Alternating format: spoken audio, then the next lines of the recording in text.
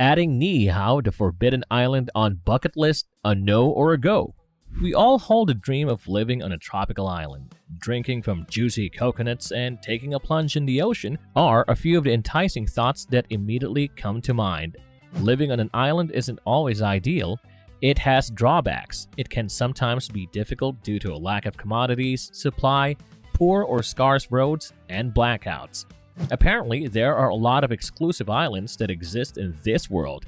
One of these is Niihau, located in Hawaii.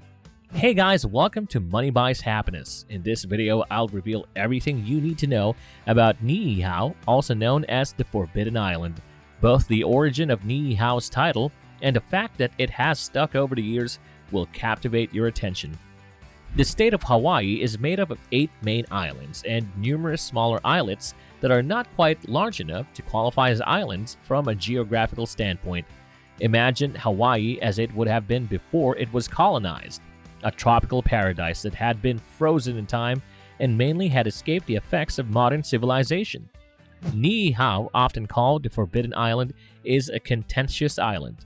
Niihau is referred to as the Forbidden Island in many stories and myths. The most famous is that you must have an invitation from the Robinsons to visit.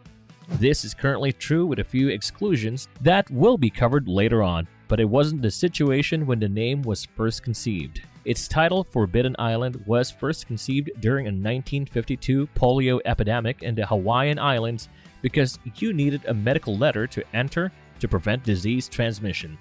In an interview, Bruce Robinson revealed to ABC News that his uncle desired to keep the locals safe from the outbreak. Therefore, there was a 2-week isolation, and it was illegal to leave the area without a doctor's note. And it succeeded. Polio has never been a problem there. More than 150 years ago, Elizabeth Sinclair, the Scottish widow of a sea captain, reportedly bought Niihau from the Kingdom of Hawaii with a grand piano and $10,000 in gold. On September 17, 1864, the 63-year-old matriarch and 13 family members arrived on a rugged, warm island in Hawaii after a sweeping series of continental journeys from Scotland to New Zealand, where the family had plantations. The Sinclair family made a short detour through Canada, where they had everything a household could potentially need in their present-day ship. The Bessie, including grand piano, a few sheep, chickens, cows, hay, food, reading materials, and clothing. They were also traveling across continents and destined for a deserted island. As she led her strange band of people and some animals off the Bessie, Elizabeth Sinclair proclaimed herself the new owner of Niihau. She said she would do whatever she could to protect the local Hawaiian heritage and its long-standing practices. About 1,000 native Hawaiians were living on Niihau when Elizabeth Sinclair and her family arrived, having been forced to leave by King Kamehameha I, who had bought the island from the European immigrants. In a short period, more than 2/3 of the residents had left. There are currently an unknown number of native people living in Niihau. A census taken in 2010 counted 170 people living there, although witnesses have reported that just 5 families, or between 25 and 50 people, remain. They are American, like all Hawaiians, but reside on a secluded island. Thus, they must comply with the restrictions of the island's owner. These regulations include refraining from using tobacco and alcohol, which are forbidden on Niihau. Men are not permitted to sport beards or long hair.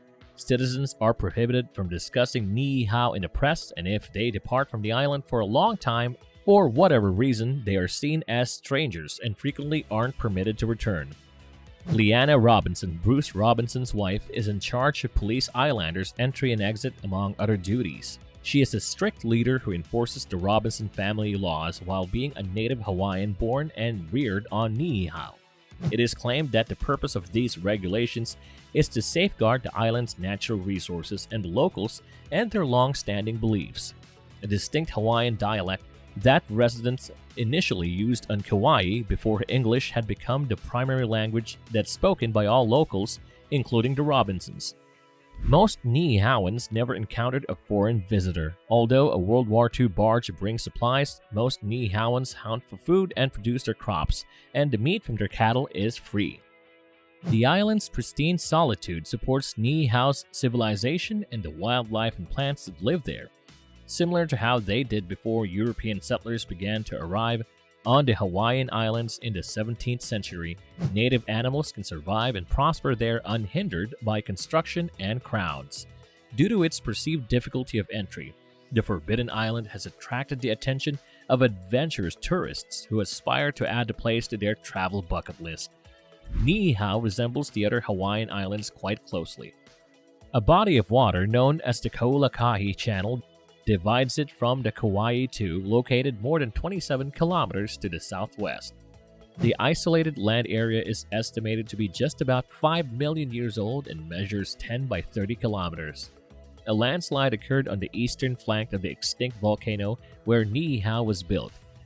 Various native species such as the Hawaiian stilt, Hawaiian duck, and the scarce Brigham Owen cygnus plant can be found across multiple swamp areas. The Robinson brothers are well known for being ardent green activists. They employ their authority on the island to enact policies that defend the nationally threatened Hawaiian monk seals and other threatened plant and animal species.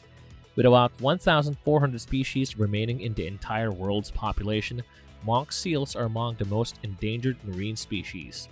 One in the Hawaiian archipelago, most seals are found around deserted islets. There is a probability that a large variety of seals is located on Niihau. Now that we're slowly uncovering the mysteries of the Forbidden Island, you will be amazed at the wildlife and marine species living there later on.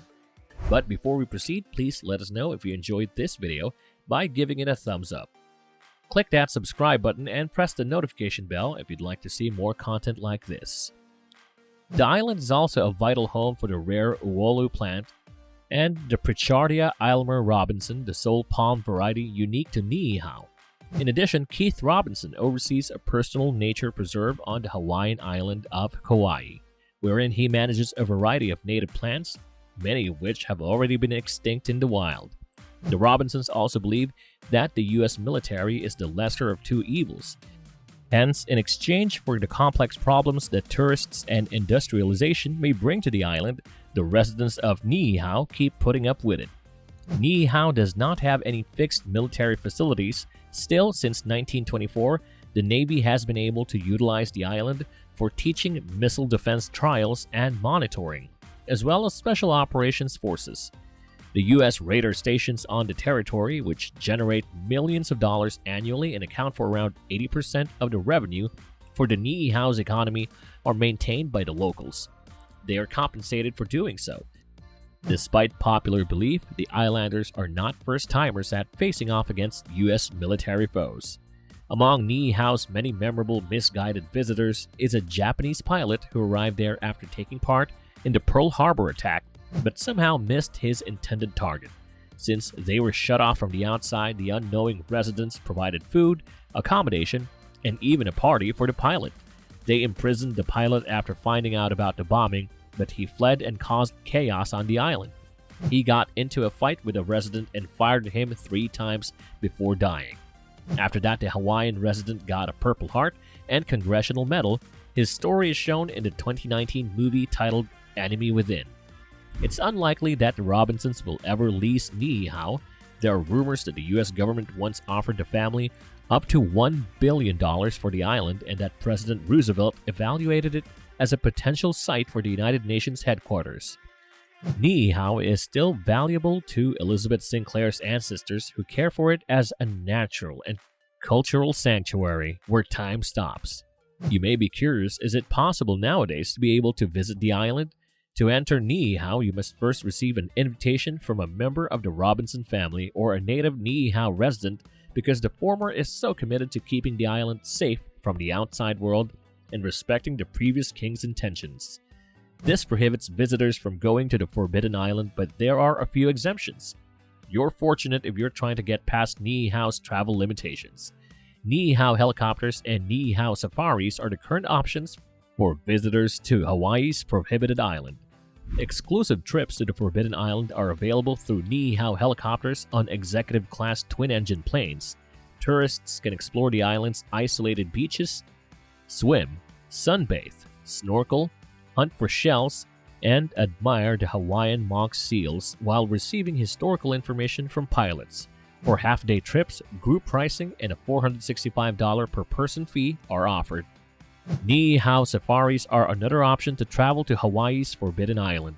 Visitors are invited by Niihau safaris to take part in a challenging and tropical safari adventure where they can hunt Polynesian bears, wild eland, hybrid sheep, and oryx. Visitors of all ages and ability levels are welcome at Niihau safaris, and daily hunting costs are fixed at $3,000. The Robinsons have had to work hard to keep the Isle as their exclusive possession. They have paid taxes and supported their lifestyle on Niihau with money from their own Hawaii-based properties. They encountered resistance from Hawaiian independence groups calling for the island to be taken and given to the natives. What is your opinion about the Robinsons' ownership? Do they deserve it? I'd love to know your thoughts, so please leave a comment below. Thank you so much for watching, and stay tuned for our next video.